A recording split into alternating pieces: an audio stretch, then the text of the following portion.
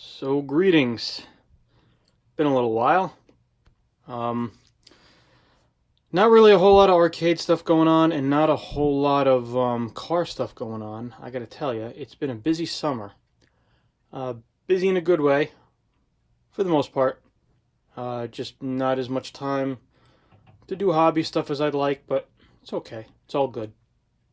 What I did get over the past week or so was, and it was total coincidence because I have about, I'd say 3 or 4 people who, correspond with me um, in the arcade community.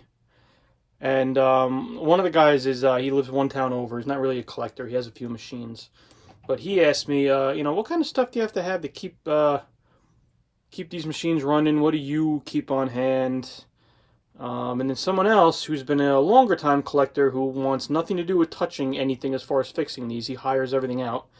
He uses me and he uses a couple other guys who do some of the more advanced work for him.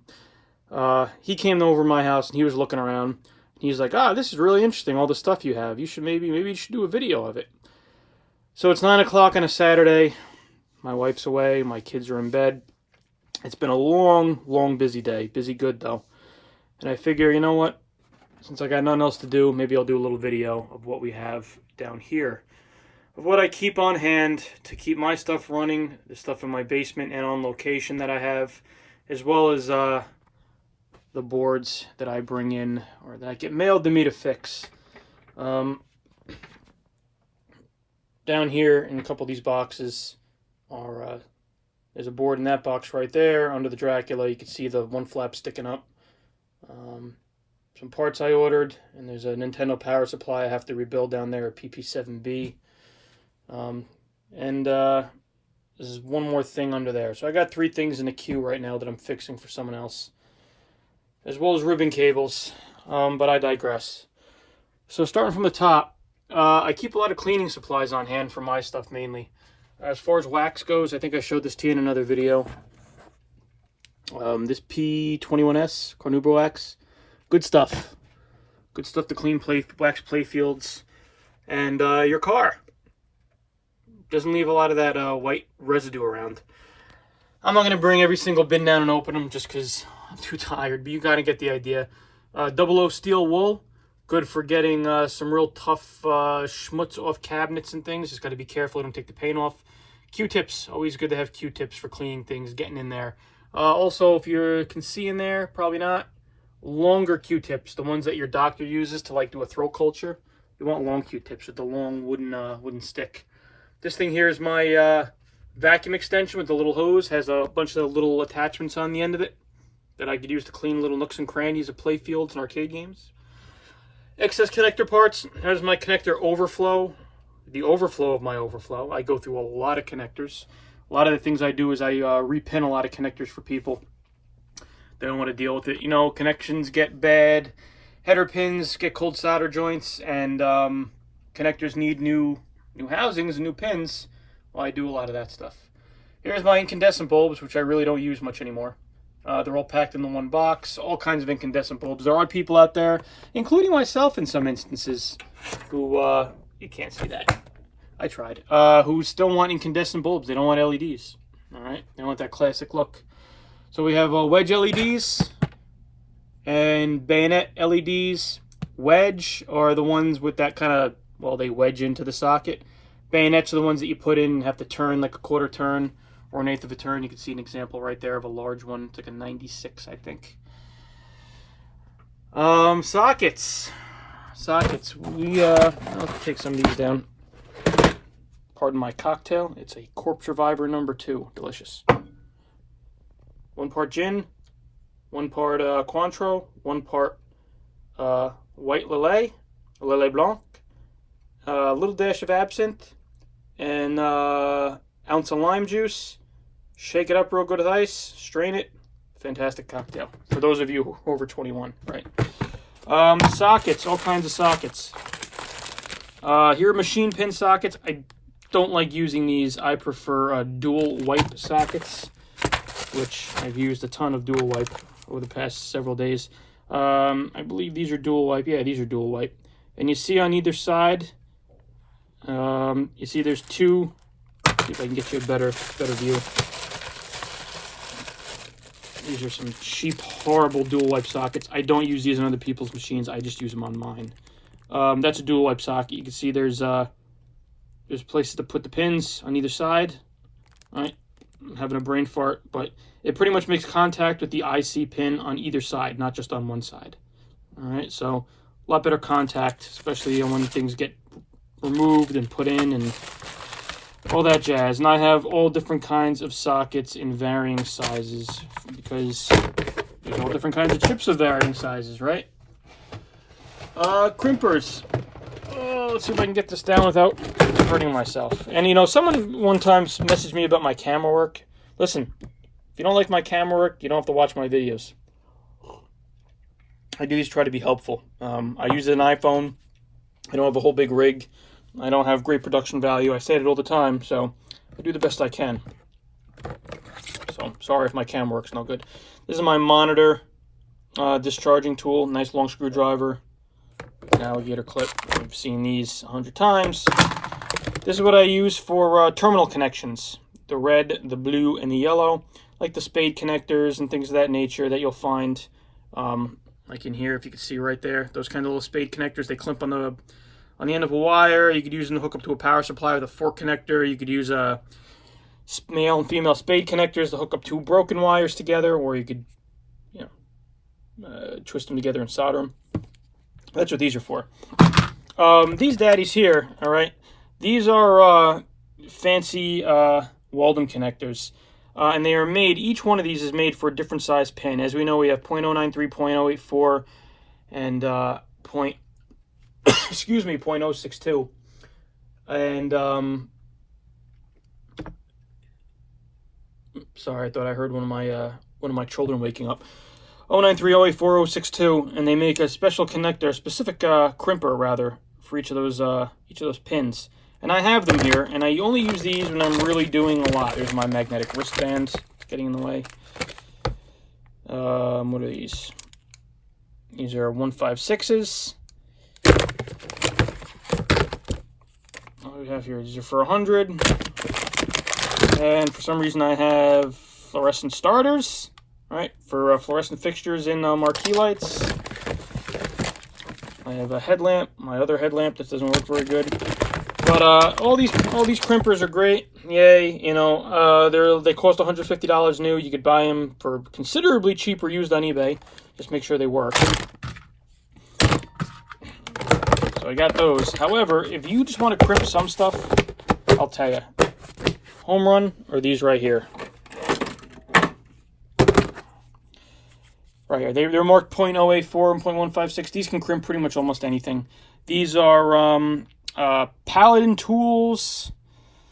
I'm looking for a part number. Ah, crap. Made by Paladin Tools. They're like $24.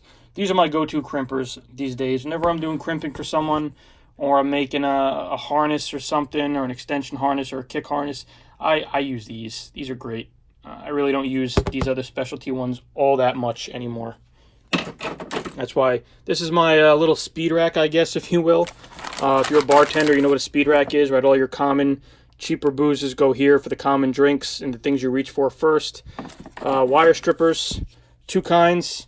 I prefer, after years of doing this, I prefer these kinds, like that. All right. There's the other kind too that have the two things that kind of go horizontally, I guess, if you will. I don't like those as much. They're okay, but I prefer these, so wire strippers. Flush cutters. Everyone needs flush cutters. I got like 10 pairs of these things. These are good for trimming legs off ICs after you've soldered them in.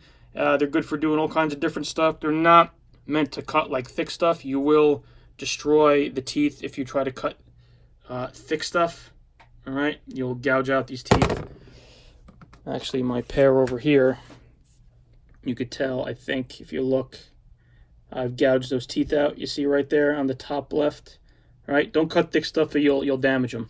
So I keep a pair to cut thicker stuff that I don't care about, and I keep a pair to cut the finer stuff. But the same manufacturer, right? You have these little needle nose pliers. These are great. They're spring loaded, which makes it easier to use. Easy on your hand. All right, these are made by, who makes these again? I don't even know who the hell makes these. CHP? Who the hell knows? I get these off Amazon. They're great. All right, these are really, really great. I use these for all little things that you'd use needle nose pliers for. Well built, springy, love them. I don't have a light over here, unfortunately, so you're going to have to bear with me. I'm pretty sure you can see it. Pen's always good. This is a little IC leg straightener. Put the IC in it. You squeeze it. It's a cheap piece of crap, but it does the job. Little brushes. Here are my desoldering iron cleaner tip things. Some markers. A flux pen. Gotta have flux. Magnifying glass. Because when you're getting old, you need things like this. And then when you really need to see something, you have something like that. And these two guys over here, too. I can see someone complaining about my camera work already. Right? It's like when Todd Tucky, people complain about Todd Tucky shaking the camera. Right? This is the chip puller. There are all kinds of different chip pullers. This is the chip puller I like. All right? It's made by Weeha. The Weeha makes good stuff. And it's like a little pry bar. I'm pretty sure I've shown this in videos before. And my little screwdriver here. It's got a rotating tip, so you can easily just grab it and spin it if you have the dexterity to do so. And just leave it in the palm of your hand, and the part that's in the palm of your hand will spin. Very nice. I love these things. Multimeter. I'm sure everyone's heard this a million times. You need a good multimeter. This is a Fluke 115. I think it's like a $90, $100 meter. Has everything I ever needed to do. Backlit display, has a little stand. Yeah. What else can I say about a multimeter? Or multimeter, as some people like to say. Or a DMM, or I don't know, whatever. You get the idea. Multimeter. And I would recommend getting the optional alligator clips with those, so you don't have to sit there and try to hold two things on with two hands, especially if you like to make videos of things like I do. You can clip on, and then take your reading. Very, very convenient. Very, very, very convenient. What else do we got up here? I have my miscellaneous components. All kinds of stuff. Motorola MR501 diodes. These are great. Well, not great, but these are a good upgrade for some power supply diodes. Nice 1N4007 rectifiers from Great Plains Electronics. Edit Great Plains. Good guy to know. And all kinds of other good stuff in here. Every time I need something, I'm one of those guys who buys like 5 of them. I always think I'm going to need them again. Here's some other diodes, right? The lesser voltage diodes. Got a bunch of RAM here wrapped in paper for some reason. That shouldn't be in here. This should be in my my integrated circuit bin. So good thing I did that. And all kinds of other stuff in here. Diodes and resistors. Tons of resistors. Voltage regulators. Good stuff. And that brings us to integrated circuits. All kinds of good stuff in here. These are 6821 PIAs, I believe, right? Yep, PIAs, peripheral interface adapters. Used on a lot of pinball main boards. We got some nice RAM in here, or ROMs, I should say. Pardon me. A lot of these are ROMs. People of different kinds. More ROMs, more ROMs. TTL stuff, it's a mess. I don't keep it as nice as some guys. And when I take chips off a board, when I do like an NVRAM upgrade for someone, I ask them, I say, you want it back, or can I keep it? And a lot of times they'll let me keep it. So you'll get you'll get 6116s and stuff like this. That they use for RAM, that NVRAM replaces. Processors in here, right? It's a processor 68B. I don't even remember where I got half this stuff. But yeah, it's some kind of CPU. What else we got here? Miscellaneous screws and nuts. Can't have too many of those. Soldering supplies. There's my my soldering pen that I use sometimes. Let's see if we have anything good in here. Oh, the miscellaneous nut and bolt bin is very heavy. Oh, boy. That's not good. Don't open up, please. Okay. Heat shrink tubing. You need your heat shrink tubing. All right. Don't just be a sloppy jackass and electrical tape connectors or connections that you make in 2 wires. Splice them, solder them, heat shrink tube them. And then if you want to tape over that, great, do it. But heat shrink tubing. You need a little portable soldering iron. You know, when you're doing soldering on a bench, this is great. But you need a portable one. Portable soldering iron. This is what, a Weller WP25. Had this forever. It's great. So a little soldering iron. Does what I need to do. You're gonna need little wire nuts for some stuff. Yeah, you know, you don't want to wire nut stuff and leave it in the cabinet. I don't like that. But I use these on more of a temporary basis. If I have something to temporarily wire up, I use wire nuts to do a temporary connection, then stick them back in the bag. But don't wire nut things in your cabinet. Make permanent connections. Don't be sloppy. For the love of God. Solder pullet. I don't use that anymore because, well, I got a desoldering gun. Different widths of solder. Soldering braid, which sucks. I never use it. Here's a next chip puller. I told you, when I buy stuff, I buy like 2 or 3. So here's a nice new chip puller whenever I need it. I have no idea why it's in here. But we'll keep it in there. Again, I apologize. I'm sure this camera work is not great, but, you know, whatever. I felt like making a video. Kits, edge connector, kits and edge connector kits. So when I get a cap kit or something, I'll buy maybe 1 or 2 cap kits. Back in the day, before I made my own cap kits and I sold cap kits to people, I would put the stuff in here. Still some kits in here. You know, monitor kits, I don't do monitor cap kits. So when I buy a monitor cap kit, I'll buy 2. I'll put the spare one in here because I will, of course, I'm sure to need it again another time. They don't sit too long. Fuses and fuse blocks. I use a lot of fuses. I sell fuses too. So I go through a lot of fuses. Fuses and fuse blocks are in here. It's my excess. Pinball parts, just miscellaneous parts. Down there you can't see that, but those are my buttons and joysticks. And then down there on the very end, this is cabinet parts.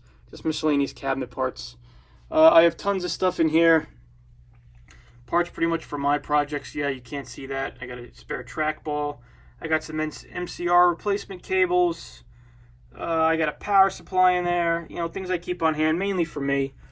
Here's my ROM burning rig, the EMP10 with the associated laptop. And you've seen that before too. My Panavice, which I really never use. I really don't like it. I don't use it. Sometimes, but not much. And down here's just a bunch of crap. Stuff I use to, you know, some bubble wrap and other things that I use to pack stuff up when I need to. Over here, batteries, you know, coin batteries that we all need to use for boards and stuff, lithium batteries. A couple batteries that I used to use for, I think these were for Neo Geo boards. I think I use those. I forget. A couple of Neo Geo boards I've done. BNC connectors, I don't know why those are here. Board edge connectors, you know what these are. I've seen these before, right? These little edge connectors. It's a Pac-Man kit. Fingerboards. Key pins. Things that you put in connectors when you don't want to plug something into that spot. Edge connectors. Here are my pins. I know, focus, I'm sorry. Pins. Trifurcom pins. Headers. There's a lot of headers. 90-degree headers, if I ever need them. Sometimes, not much. 0.100 pins, right? With these kinds of pins that go in these connectors, you have 156 and 100 mainly. Here are my 100 headers. Pieces of them. I have whole ones somewhere. My pins, 0.062 male and female, 0.084 male and female, 0.095 male and female. And then just some miscellaneous connectors in here. I don't even know if those are correct. What's on what those labels are correct. Here's male, right? 0.93 male, 0.93 female. Pins, and you can see, I don't have to read these all out here, right? You could read. You could see this. EPROMs, fuse clips, screws. LS30 tool for the LS30 joysticks. Known as the rotary joystick for car warriors, time soldiers, things of that nature. These are the special tools they used to give you to take the joysticks apart. Alright, this used to be able to, this would hold it, this would be able to get the cap off, and this would be what you use to Focus is bad. Use this to get the cap off, the yellow cap off top of the joystick, and this would screw and unscrew the joystick. Right? These are nice to have. I used to have several of these. I sold them off and gave them away. I kept one for myself. This would be something nice that somebody would 3D print, right?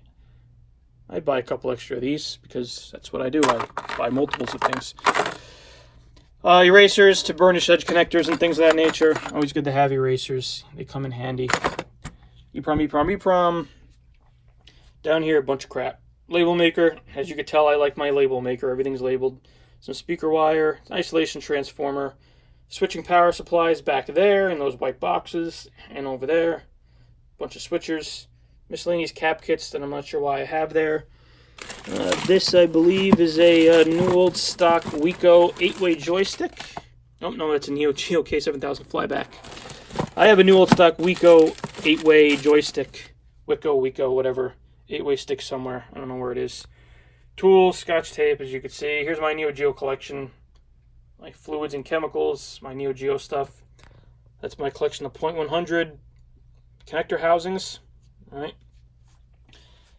Down here, stuff I use to pack stuff up. We have all our axial capacitors right down here. I use all these on a regular basis. The green dots are the ones that I use the most. Here are my radial caps, all the radial caps I have. Here are my fuses, low blow on the top and fast blow on the bottom. These are all stocked. Use a lot of that stuff all the time.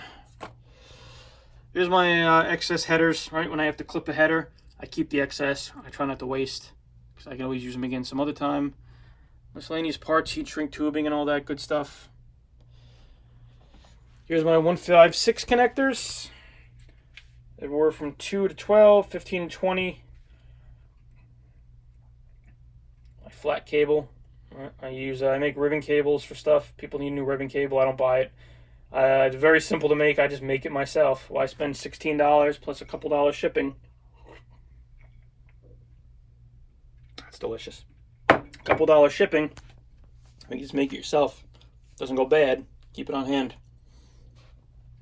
Here's some stuff for making fuse links and putting fuses inline fuse holders. Here's my my ROM eraser right there. Headers, 156 headers, extra ones, some extra cable, some wire. Down here, just some other stuff, right? Key pins, PCB feet, miscellaneous arcade cabinet hardware. Some nice magnetic bowls. Need magnetic bowls for little parts. This is my Neolock RAM tester. We've seen this in the video. This is great. This is worth its weight in gold. I love this thing. Crappy little eBay IC tester that actually does a pretty good job. The Crafty Mech Test Pattern Generator. If you don't have one and you do stuff with monitors at all, get one. It's well worth the $70, $90 something dollars.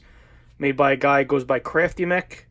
You can get it on highscoresaves.com. If you just Google Crafty Mech TPG, you'll find it. Great tool. I'd recommend you pick one up. It's been invaluable to me several times. You don't have to. Basically, what it does is instead of having to hook a PCB up to a monitor you're testing, right? What a pain in the neck to get a picture and adjust it. You hook this little doodad up. Even has a little stress test where it drops colored blocks. It's great, fantastic. Razor blades because I'm dangerous. There's micrometers to measure the circumference, diameter, whatever. Ugh, I'm tired. Safety bits, small weird sockets. This is a degaussing coil, which I don't think I've used in 10 years. Solder, I keep it up here. I don't want the kids touching the lead. Excess connectors and pins. These are the excess stuff that doesn't fit in my drawers and some of the odd sizes that I don't use very often. Here's my Hacko, or the box for it, my desoldering gun. This is the 808. I think it's now the FR300. They don't make the 808 anymore, FR300. If you do any amount of soldering, yes, it's expensive. Yes, it's about $200 something. But the amount of time and frustration that one of these things will save you is priceless. Get one. Get one. Pick one up. Sell something and buy one if you do any amount of soldering. You'll thank me later. I've never met anyone who's gotten one that's had something bad to say about getting one. Terminal connectors, right? Bunch of terminal connectors like the red, blue, and yellow ones that we use. All different kinds of them. I just keep them in here. I keep them in separate little packs. And I keep these things in separate packs. Like I keep this here. You know, I keep these things in boxes. So there's something that's protecting them. Because if I'm going to someone's house to do something, I can just throw these in the car. Throw them in a bag. Little tool bag I have back there, as you can see. Right, that little tan bag. I can throw them in a bag and I don't have to worry about them breaking. You know, I'm not being rough with them, but at least they have some protection. So I keep everything in a container, a bin, something easy to transport, right? Tools, just miscellaneous tools, all kinds of tools. I'm not going to go over this. I'm getting a little tired, frankly. Lighter, I don't smoke. It's for heat shrink tubing. And nothing really, this is really nothing really special up here. I mean, this is tools that all you probably have. You know, needle nose pliers, diagonal cutters, some forceps for doing stuff. You know, nothing out of the ordinary. Nothing too exciting there. Soldering iron. If you're still using a sponge for your soldering iron, stop. Get one of these. Alright. Hacko 599B. Much better for cleaning off your tip. It doesn't cool your tip off. Just a lot better. A lot better. Does a better job. Get one. You need it. I promise. For magnifying for board repairs, I love this thing. This was, I don't know how much this was on Amazon, but when you're getting old like me and you need to see things up close, you need one of these. Good for finding broken traces, good for looking for abridged solder joints, right? You solder something and you think you might have bridged it, put it under here with the light and you can get a much better idea if you did so or not. Little PVM with a JAMA harness back there somewhere for testing PCBs. Fan to blow solder smoke out of my face. Some cleaner. IC tubes for when I have to ship ICs to people. What do we got down here? Capacitor overflow. Miscellaneous stuff down here. Marquees that one day I'll put on the wall. And who knows, maybe I'll even get one of the game that matches it. Boxes, envelopes, stuff. Yeah, well, that's probably the most boring video you probably ever watched, huh? So, sorry. Like I said, I felt like making a video. I am going to be visiting an op or two I know in the near future, looking for some stuff. I'm also on the hunt for a couple other things, a couple other trades. So I'd say within the next month we'll have some stuff to work on, so stay tuned. Thanks for watching. Sorry to bore you. And have a good night or day whenever you're watching this. Take care.